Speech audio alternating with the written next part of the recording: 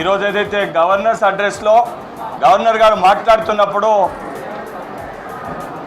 కనీసము ఏదైతే సుదీర్ఘంగా రాజకీయ అనుభవం ఉండి ఏదైతే గవర్నర్ గారు అడ్రస్ చేస్తున్నప్పుడు ఆ చైర్కి ఏ విధంగా రెస్పెక్ట్ ఇవ్వాలి, అసెంబ్లీ డెకోరంని ఏ విధంగా మెయింటైన్ చేయాలి, ఆ ఒక నైతిక బాధ్యత కనీసము విలువ లేకుండా కల్వకుంట్ల చంద్రశేఖరరావు గారు అసెంబ్లీకి వచ్చారు.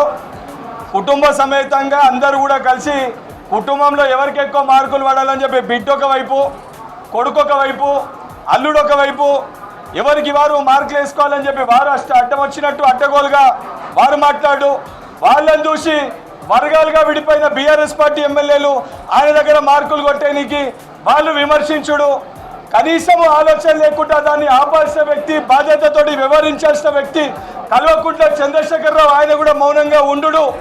ఇది ఏదైతే ఒక ఎమ్మెల్సీగా మొట్టమొదటిసారి సభకు వస్తున్నప్పుడు నాకే చాలా బాధ కనిపించింది.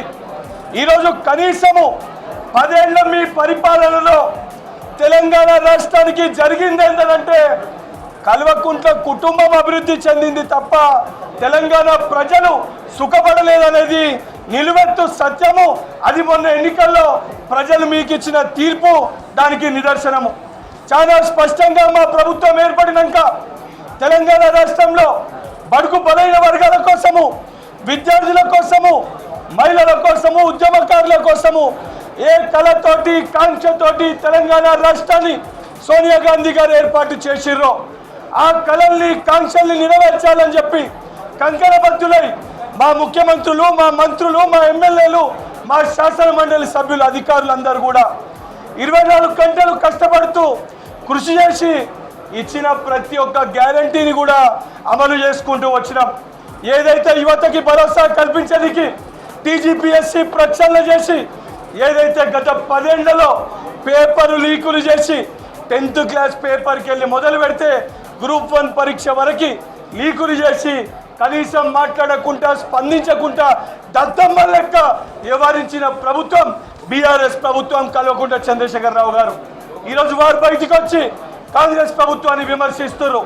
ఈరోజు యువకులకి భరోసా కల్పించి 56,000 పైచీలకు ఉద్యోగాలు ఇచ్చినాము.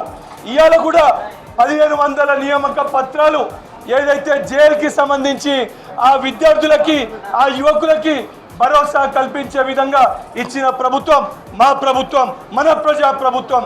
ఈరోజు రైతులకి 21,000 కోట్ల పైచీలకు ఏదైతే రుణమాఫీ చేసి ఏకకాలంలో భారతదేశంలో గతంలో ఎన్నడూ ఏ ప్రభుత్వం చేయని విధంగా చరిత్ర సృష్టించింది మన ప్రజా ప్రభుత్వం.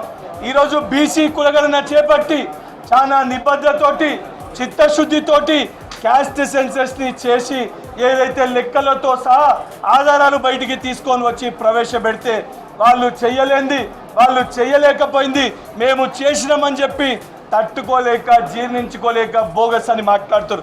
బోగస్ అని మాట్లాడే ముందు మీరు ఒక శాసన సభ్యులుగా, అపోజిషన్ లీడర్గా ఉన్నప్పుడు మీ పైన బాధ్యత లేదా? ప్రభుత్వం ఏ నిర్ణయం అన్నది తీసుకుంటే ఆ నిర్ణయంలో భాగస్వాములై లెక్కలు ఇవ్వాల్సిన బాధ్యత మీ పైన ఉందా లేదా? ముందు కేసీఆర్ గారు దానికి మాట్లాడాలి. నిజంగా కేసీఆర్ గారికి చిత్తశుద్ధి ఉంటే, బీఆర్ఎస్ పార్టీకి చిత్తశుద్ధి ఉంటే ఈ యొక్క గవర్నర్స్ ప్రసంగంలో కాదు, రేపు జరగబోయే అసెంబ్లీ సెషన్లో 80,000 పుస్తకాలు చదివిన సుదీర్ఘ మేధావి తెలంగాణ రాష్ట్రంలో మీరే ఉన్నారని చెప్పుకుంటారు.